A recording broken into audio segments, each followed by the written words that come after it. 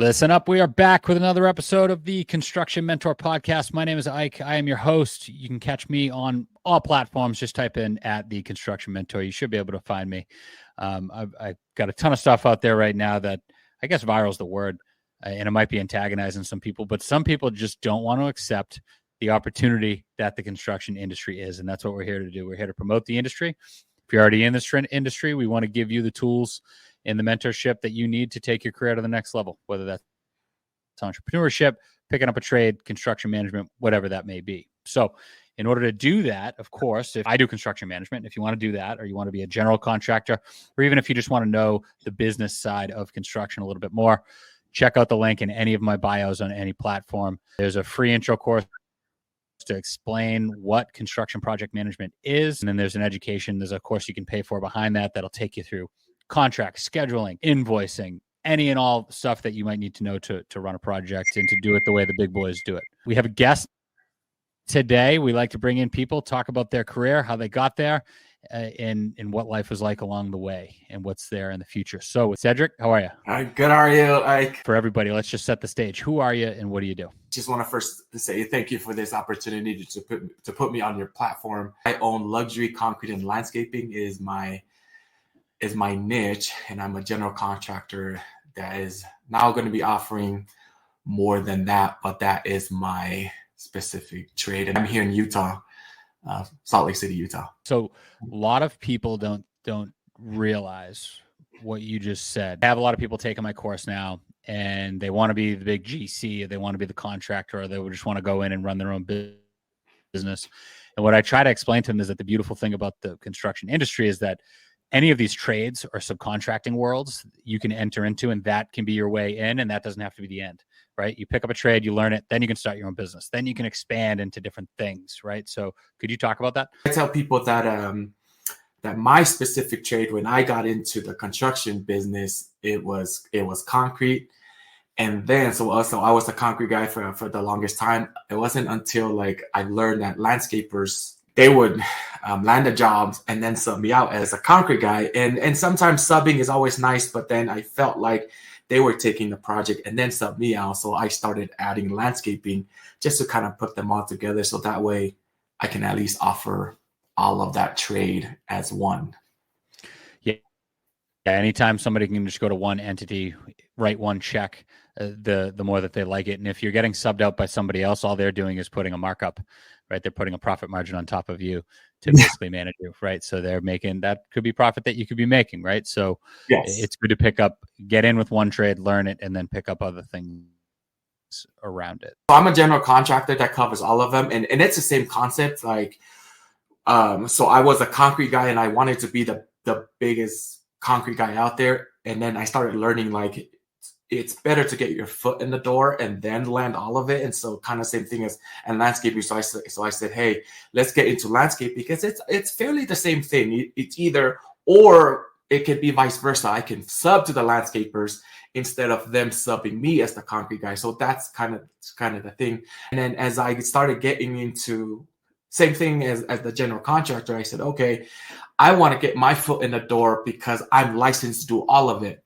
And I can still sub them out to other experienced subs to come and do the work. So that's kind of why I wanted to generally get my license as a general contractor, not specifically to do the work. It's just mainly so I can get my foot in the door and then I'll sub out. So that way I'm not limited. That's mainly what it is. So when people talk about concrete and when they talk about integrating that with landscaping, I usually think about hardscapes being patios, sidewalks, driveways, those types of things. Were you also doing structural work? Like, would you do a building foundation pad or a house pad? Where did your concrete work or scope stop?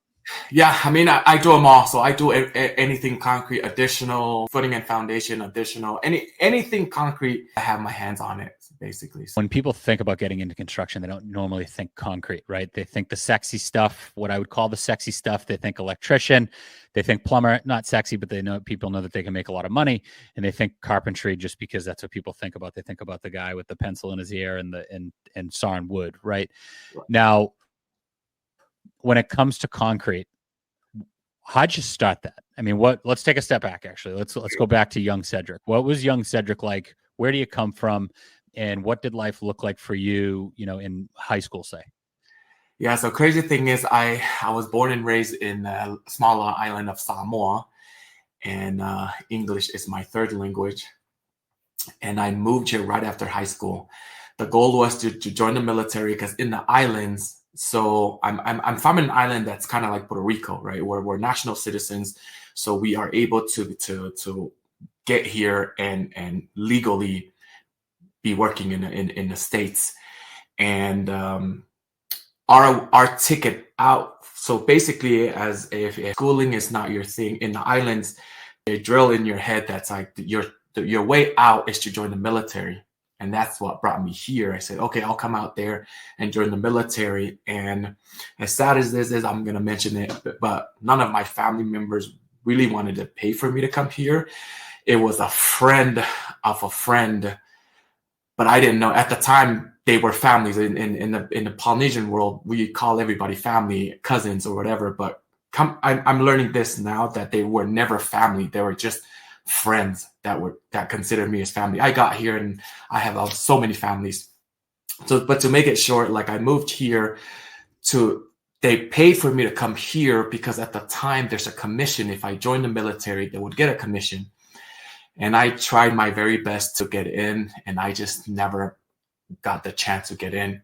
And then then they decided, okay, I'm probably a lost cost or something. Wait, so you never got the chance to go into the military? I never got a chance to join because I learned early on that the school system in the island and the school system here in the States we are so behind. Like it's like graduate and get the heck out of the island or figure out your life or something like that. I really wish that they educated us a little better, but they didn't.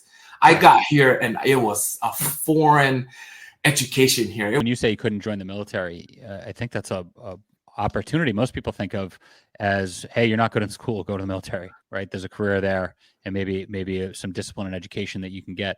Are you saying that you weren't able to join the military because your education was even below that level? That's how bad it was. It was just trying to get that entry level to get in. I just couldn't get my math together, get my English together. I couldn't even comprehend, and that was the biggest thing at the time. So are you here now? Like, did you make it over here and you were just like waiting somewhere trying to get in the military, and then it was like, oh, you can't, so now you're stuck? So a recruiter, which is a family member at the time, she was in it and she paid for me to come over. Say, hey, I'll pay for your ticket to come over, because she would get a commission for being a recruiter. At the time, it was like 20 to 30,000. Got it. So I said, okay, sure, I'll come over and do it, and you can get the commission. I'm okay with it. But so where physically was that in the States, and how long? I mean, what'd you do from there? I mean, I take it you didn't go back to the island. No. So this was in South Carolina, and we tried for a six months, and that's when they found out that I just wasn't educated enough to pass the aptitude test. And that's when they said, no, just go get a 9-to-5 and then figure out your life from there. Okay. So, harsh reality, you're too stupid to even go in the military. Right. Basically. And I don't mean to put it like that, but that's basically what they told you, right? Yes. Okay. So where'd you live? How'd you start putting food in your mouth? So I stayed with them for a little bit, and then they said, you know what, you need to figure out somewhere to go, because you're no use to us now. So I contacted an uncle of mine that I'm named after if I can come in and stay with him. So he lived in California, so I moved from there to California, and I kind of just surfed around on their couch at the time. Like I was just kind of laying around on their couch. And I'm the oldest boy in my family, so I still have a family back home in the islands that they are looking at me and said, hey, support us and bring us here. So there was so many pressure on me to bring my family here at the same time that I'm trying to figure out my own life. I'm still a 17-year-old teenager trying to figure out how to live in America. So 17 years old. Yes. You're living in a new country. Yes. The language is a third language. You were just told you were too stupid to be in the military. Right. You're homeless effectively, and you have a family of people in another country waiting on you to support them, to provide for them. Basically. Where do you look up from there? I don't seriously. Where do you go from there? I worked at a little pizza place, and the crazy thing is, it was Cici's Pizza, and I don't know if people know that. And this was before I moved to California, so I basically lived there because I was homeless. Even with the family I lived with, I was there literally 24 hours. If the boss would let me live there, so he'll let me go. He didn't know this. I would go sleep in the car, and then I'll just come back and work again the next day because I couldn't go back home. And if this was between me moving over to California, and I was able to save enough money to at least pay for my dad to come over. And then he moved over to California, and then little by little, and then we kind of little by little brought my whole family over through tax returns and all of that stuff. And this is all while working at Cici's. Like, so how do you get from Cici's to then getting into construction? Like, did you have a mentor, or like when did that door open? So it's crazy. So like to fast forward from there. And then in California, my family came over. There was no home to live in. So we ended up all staying in a little shelter. And then my mom contacted an uncle in Utah that brought us, and he found out that we were homeless. So he brought us from California to Utah. So my whole family, so I have 6 siblings with my parents, and we're all now coming from California. So little by little, we were bringing everybody in. And this is all just little struggles, just little hustles that we were trying to save every single penny that we got to bring us to Utah. So we came to Utah, and that's when we came here, and my uncle here was doing concrete work. That's what his specialty was. So he must have picked that up at some point. I'm sure that's a whole story. So was it the whole family? Did Cedric and dad and everybody just start doing concrete work? Like, and what was the pay like? Like, you show up. So it's crazy, and this is still sad too, because I have family members that are listening. Bobby will hear this, but when we came over, remember, I'm legal. My father is illegal, so he can't get a normal job. And so he would go work with that uncle of mine. And I was like, I'm not doing this kind of work. I'm legal here. I'm legal here. I'll just go get me a 9-to-5. And then 3 months later, he just never paid my father for that whole month. We are struggling. We're trying to pay rent for a little duplex we were staying in. And so I was holding it down so I started getting 3 jobs, and I was just there working. And then my father came back and said, I am sick and tired of not getting paid. Can you help me start our own concrete business? And I had no experience at the time. I don't even know anything about it. So that 3-month period, that's my dad's first time learning concrete as well. So in 3 months, he's showing up. He's not getting paid for a whole month. And then he's like, screw this, man. Like, I've learned enough in the last 3 months. I can pour some concrete. Let's go. And you're like, you know what? F it. Fuck it. Like, let's figure it out. So, okay. So I assume then he's just teaching you on the fly. So how did you go get a first gig? Like, where's the first job come from? Yeah. So he came over to me, and I said, all right, let's do this thing, and let's do this thing. So I just started knocking doors. That's all I did. So I already have that hustle mentality in me. I'm like, okay, let's just go knock on everyone's. I didn't know anything about pricing. I didn't know how to form a concrete. I didn't know anything. I'm over here knocking on doors and just telling people, hey, we do concrete work. And I'm over here selling myself with no prior experience. I haven't even touched concrete at this point. Like, I don't even know. You're just Cedric with a nice island smile. That's basically. I didn't. So at the time, so like knocking doors was work. I mean, I'm sure it's still working. It still works today. But at the time, I was just out there just knocking doors day in and right after. So what was the first job, and what'd you charge? The first job, we lost so much money. So I charged that homeowner $200 and this was a 10 by 10 pad, and I have this video on TikTok to this day. We ended up paying that client to pour their concrete because 200 so we ended up paying them to do their work for them. Where you could look at it one way. A lot of people pay a lot of money to go to college and never get anything for it. Okay. You paid for a bit of an education on the first one. So when was that? How'd you end up making money for the first time? Like, I'm sure you remember what that job was like. How'd you make it for the first time? So it went from this though. At the time, our rent was $700 a month. So it was just our first job. We made $700, and that's how we kind of priced it. We looked at a project. We would job cost it and say, hey, if we can make $700 at the end of this project, that is good enough. We just want to be able to pay the mortgage. That's how we job costed at the time. I just looked at it and said, hey, $700, perfect, let's do it. It didn't really matter how long the job took. But at the time, the mindset was like, land one job a month. It was good enough to pay the mortgage. That was the mindset at the time. That's incredible. And you're looking at it as not even a job cost. You're looking at it as life, right? So it's like, I don't even care what this gets me or how long it takes. As long as I make $700, then I'm good. So what was the first job that you actually made a profit on? Like, describe the scope. So the crazy thing is, it was like a back walk pathway from the client's house that I knocked on.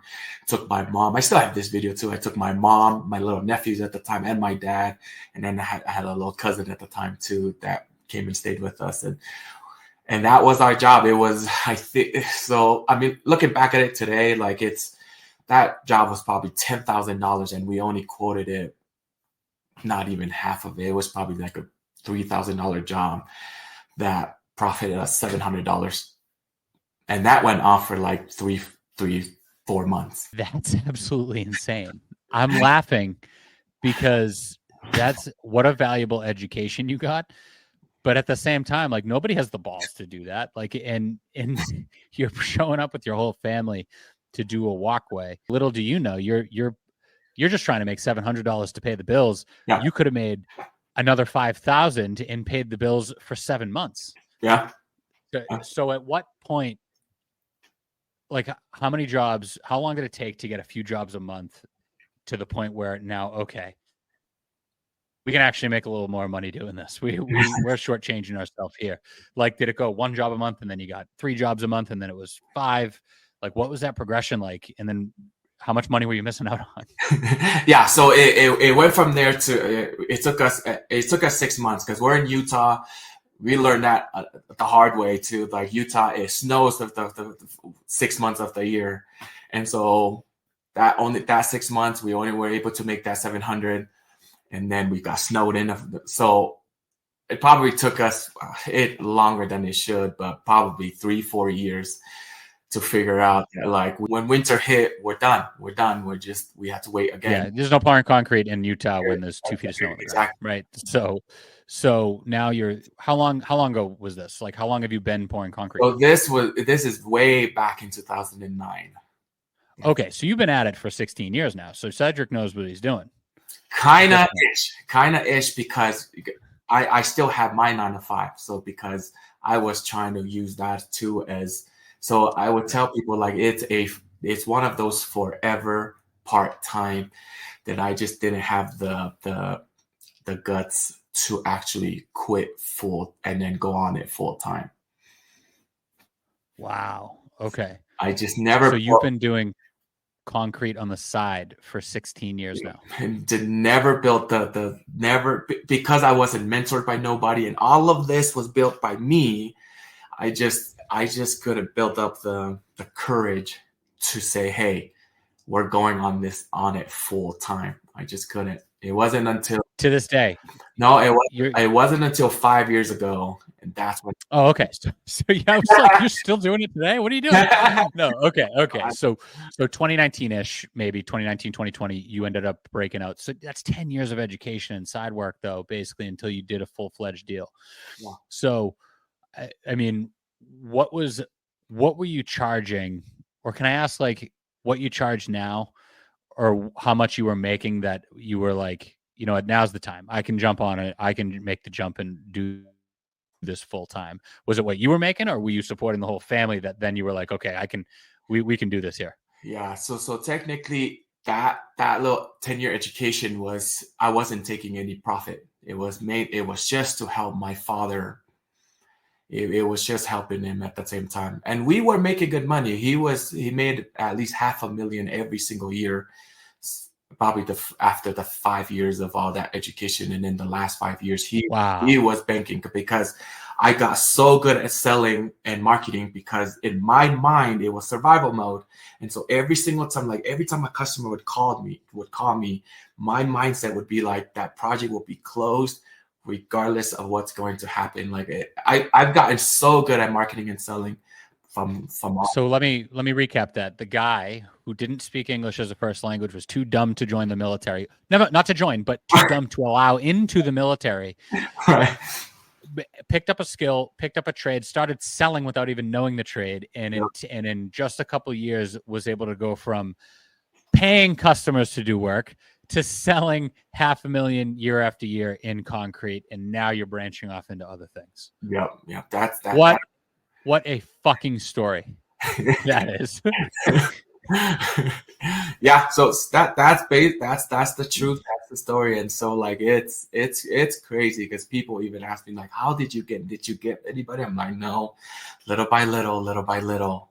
And and I'm sure it then grew from, sidewalks and patios in a backyard to doing foundations to growing in other things. And I'm sure that was organic. And it obviously ramped up from paying to do work to 5 years later, 6 years later, doing six figures in revenue.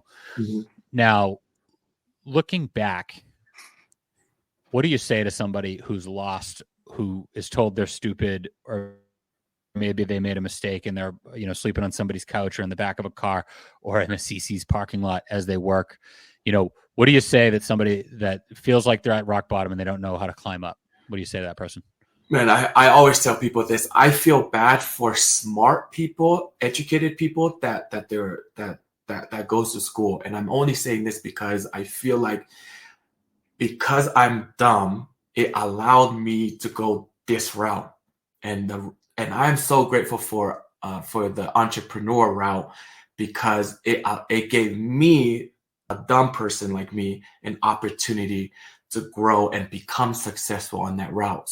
So my advice to somebody maybe in my shoes is like, hey, entrepreneurship is the real way to wealth, and you have an opportunity. And we all get to say, like, a smart person, an educated person, and even like a not so educated person like myself can still level up to and have the same opportunity, as long as you're willing to put in the work.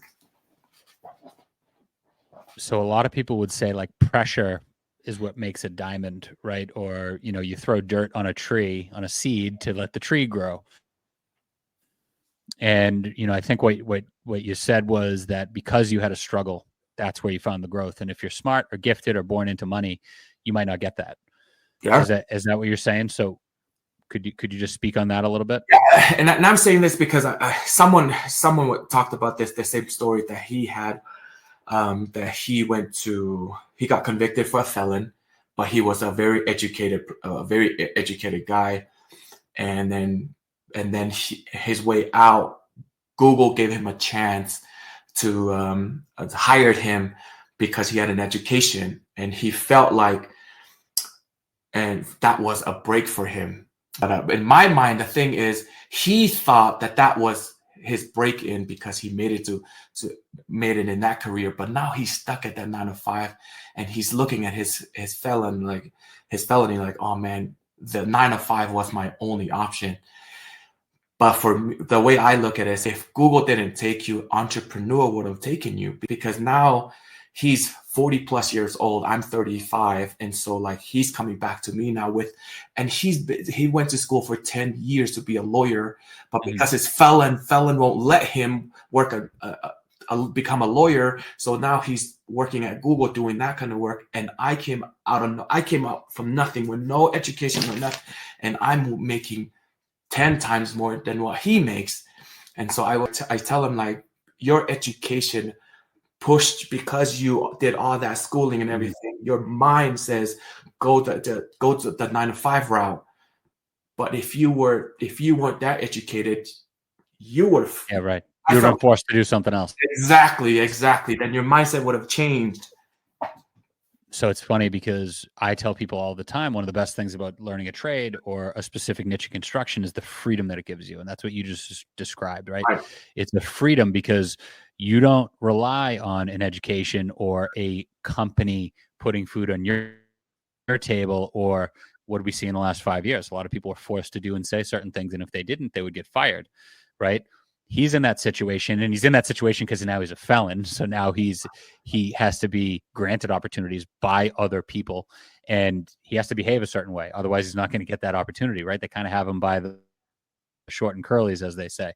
Yeah. Whereas you, because you had nothing going for you, you had one of two things. You either were going to sit there and be homeless and be poor and either have to go back to another country or be hungry, or you're going to have to find a way to put food in your stomach. And exactly. And you chose the latter. So I think I just think that's incredible. And I had no idea what your story was when I asked you to come on here.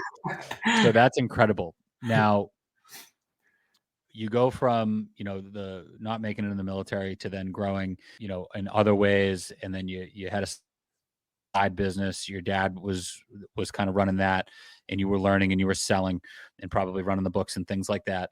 And you got it to a point where you could make the jump. Now you're doing, 6 figures a year plus. You're probably doing 7 figures at some point once it was your full-time gig, right? Yeah. I would imagine you eventually got to the multi-millions in revenue. Yeah. And you probably went through the whole progression of you doing homeowners and then working for general contractors, and then you're selling to those people, right? Yeah. Now, what systems did you pick up? Like, did you get accounting software? Are you doing it all over on a back of a napkin with pen and paper? Like, how are you running the business? And at what point were you like, hey, we got to pick up like a computer program or something? And I don't know if your business is like this, but one of the things that intrigued me is that there were so many contractors that had system in place, and they would work on the business and not in the business. And when I decided to come in here, I didn't want to physically do the work. And that was my thing. So when I quit, I said, I'm going to put a system in place. And so I came in and just paid for a mentor. So I paid for a mentor. I saw a mentor.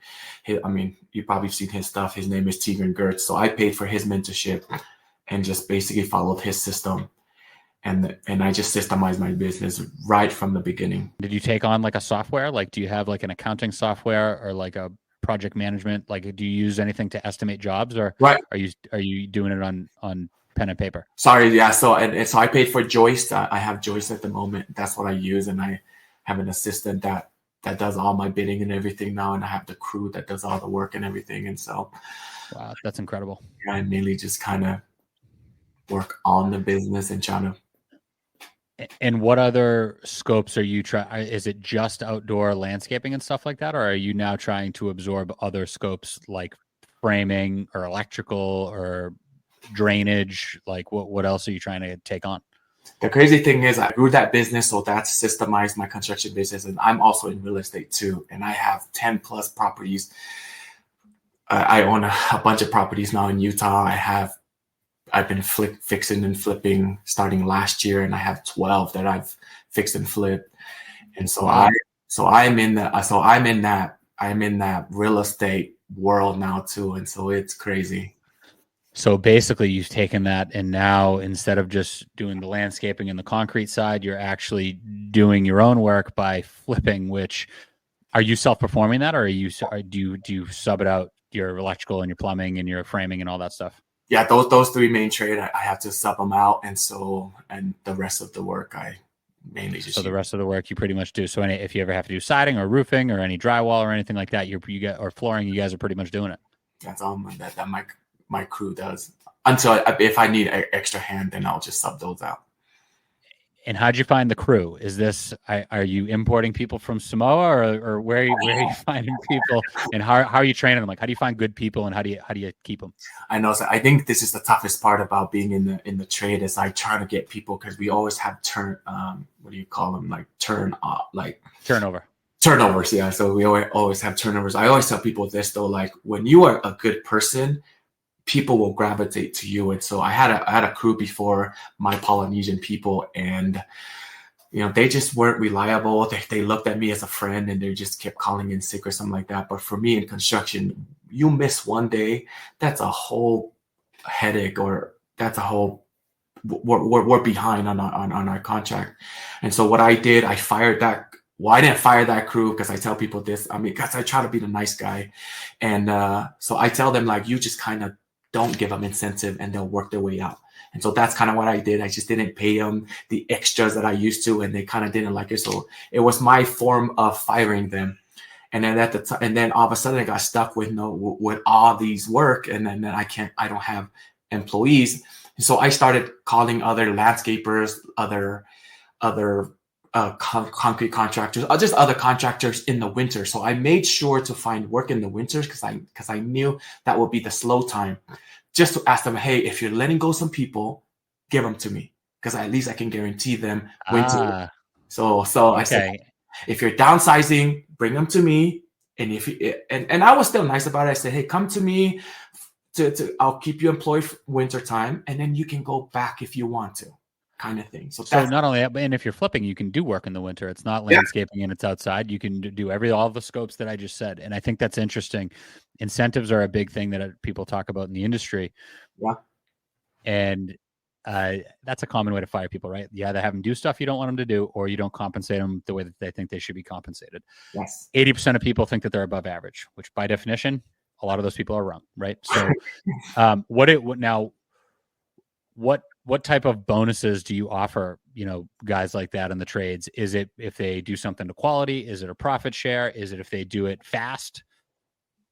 Yeah. So right now it's basically speed at this moment. Like what I do, we meet with them on Monday, and I said, hey, this is supposed to be a 2 weeks job. If you complete it in a week and a half, it just triggers a percentage, 200, 300, whatever percentage. So we just kind of profit shared that whatever loss that I was supposed to not. Yeah, right. Then I'll just cut them and then give them that. Yeah. So if you finish it in half the time, I'll give you 20% or, of whatever, cost I would have saved by having you do it full time. Yeah. And I think that's the way to do it. And I think that more and more people are doing that. So it sounds like you get a lot of people that are also immigrants in that situation. And I think that's great.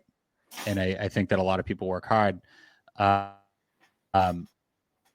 You mentioned, I think that there's two kind of narratives coming together here. Yeah. You had mentioned before, people who don't have struggle and people that have education are at a disadvantage because they're kind of like too comfort. They live in too much comfort, like they weren't challenged, right? And you also have people, you had a huge struggle to get people over here just for an opportunity. Right. There are people who were born here that think America sucks, that they're at a disadvantage, that the whole system's out there to screw them, and that the world is against them, and that they cannot succeed, even though that they were born here. Right. What would you say to those people?